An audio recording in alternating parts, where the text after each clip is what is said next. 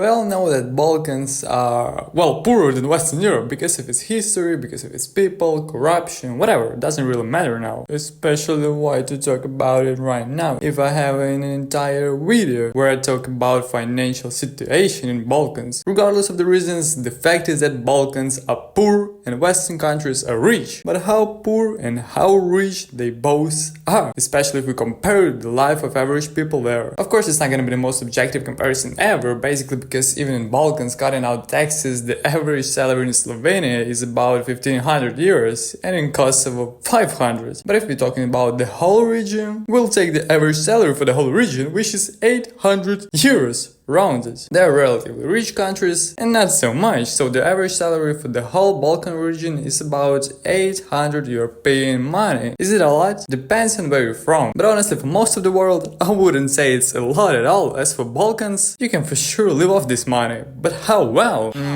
You can for sure rent an apartment for about 300 to 400 European dollars. You can get yourself a one-bedroom flat in the city for this money, maybe not in the exact center, but not in a bad area either. Alright, you're settled with the place to sleep and left with more than half of your money.